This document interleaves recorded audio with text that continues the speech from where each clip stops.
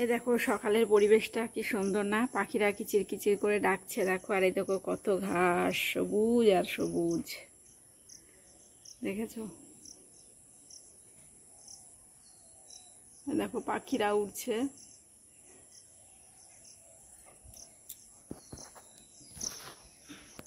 তো চলো আমার গোপাল সোনাদের তোমাদের একবার দেখিয়ে দিই, ঠিক আছে? চলো, গোপাল সোনারা কি করছে, আর বাড়ি থেকে বেরোবো তো তাড়াহুড়ো করছি। তো চলো, এই দেখো আমার গোপাল সোনারা প্রসাদ, এই দেখো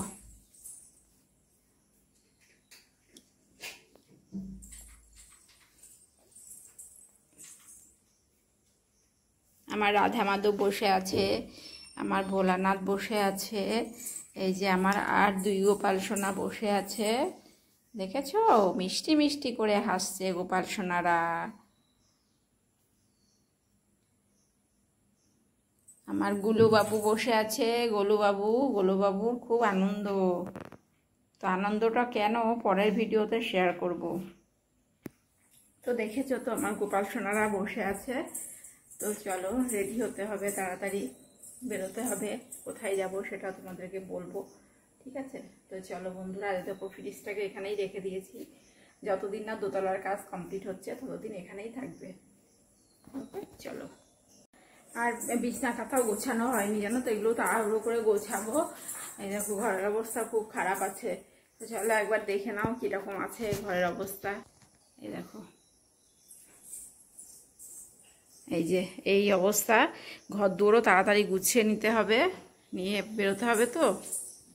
আর এই দেখো এখানে রান্নাও বসিয়ে দিয়েছি, ভাত বসিয়ে দিয়েছি, আর তরকারিটা করে নেব, নিয়ে বেরোবো, ছেলেকে একটু খাইয়ে দেবো, দিয়ে বেরোবো, বুঝেছো? তো এই দেখো ভাতটাও বসিয়ে দিয়েছি, এই যে। চলো বন্ধুরা, খুব তাড়াহুড়ো আছে, তো পরে তোমাদের সামনে আসবো, ঠিক আছে? চলো পরে আসবো। একটু বসে নিই, সকালবেলা খুব সকালে উঠে জানো তো, উঠে কাজ করছি, আর কোমরটা খুব ব্যথা হয়েছে এখন না, খুব কোমরটা ব্যথা হচ্ছে মাঝে মাঝেই। আর বলো না, যাকে বলি সেই বলে তারও নাকি কোমরে ব্যথা। কার কাছে বলবো বলো এই মনের এই দুঃখের কথা? ঠিক আছে চলো।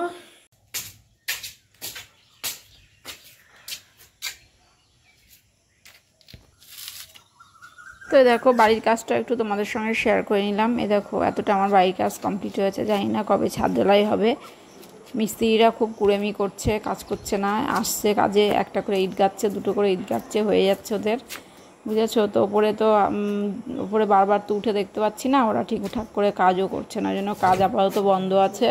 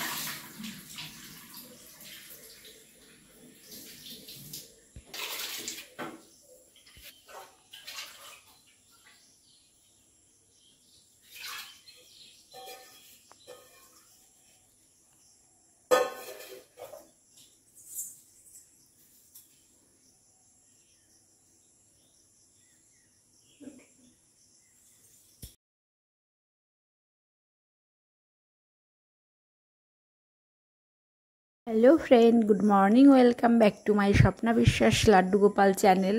তোমরা কেমন আছো? আশা করি ভালো আছো। আমিও খুব খুব ভালো আছি।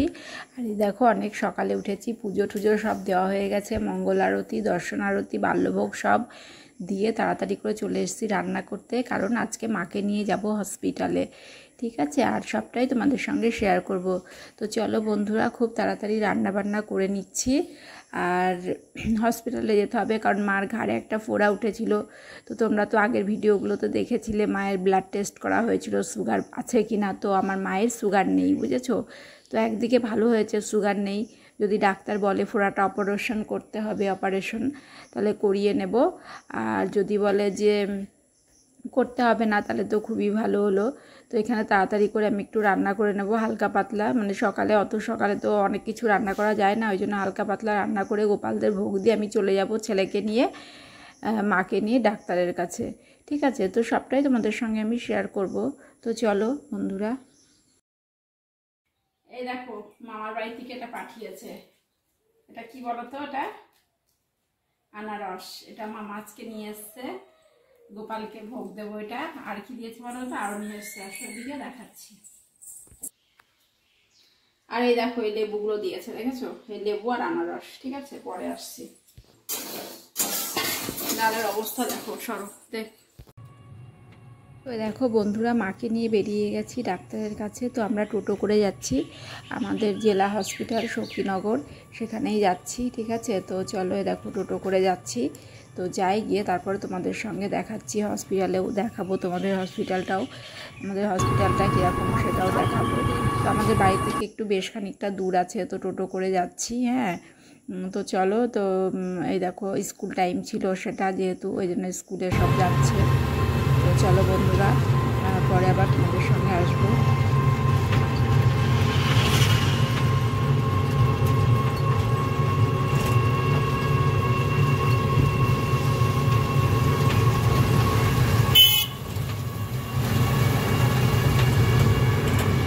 আমাদের হসপিটাল যাওয়ার পথে দেখো চূর্ণী নদী পড়েছে। আর এই দেখো এটা হলো আমাদের চূর্ণী নদী। এই চূর্ণী নদীর ওপর দিয়ে আমাদের যেতে হয়, বুঝেছো।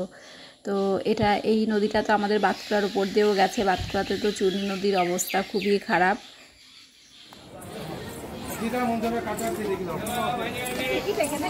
হ্যাঁ আসো, চলো এই যে হসপিটালে চলে এসেছি।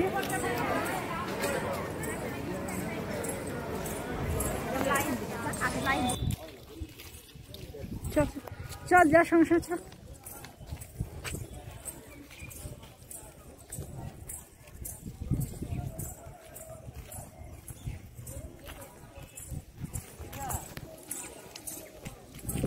কি সুন্দর পরিবেশ, ঠান্ডা শীতল, গাছের নিচে কি ভালো লাগে, তাই না বলো?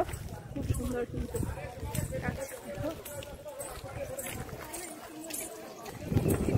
কি সুন্দর। তো এই দেখো আমরা হসপিটালের ভেতরে চলে এসেছি। আর এই দেখেছো কত ভিড়, তাও আগের তুলনায় মনে হচ্ছে একটু কম ভিড়।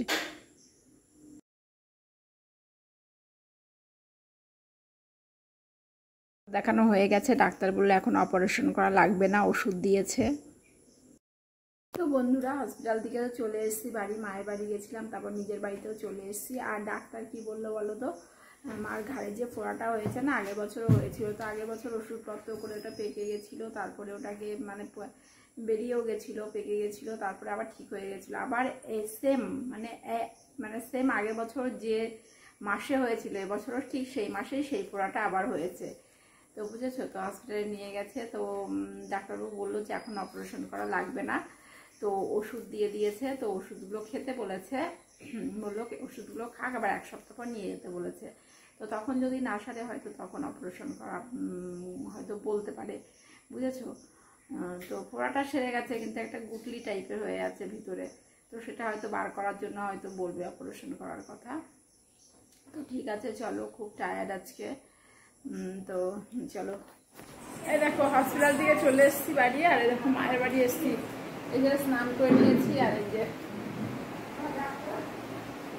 বলে একটা নাইটি পরে নিয়েছি, এবার খেয়ে নেবো। ঠিক আছে, তো চলো খেয়ে নিই। এই যে খিচুড়ি, এই যে খিচুড়ি। তো চলো খেয়ে নিই, হ্যাঁ, তারপর আবার সন্ধ্যা আসবো। নাইটিটা পরে কেমন লাগবে? এই লাল লাল নাইটি পরতে হবে। ঠিক আছে।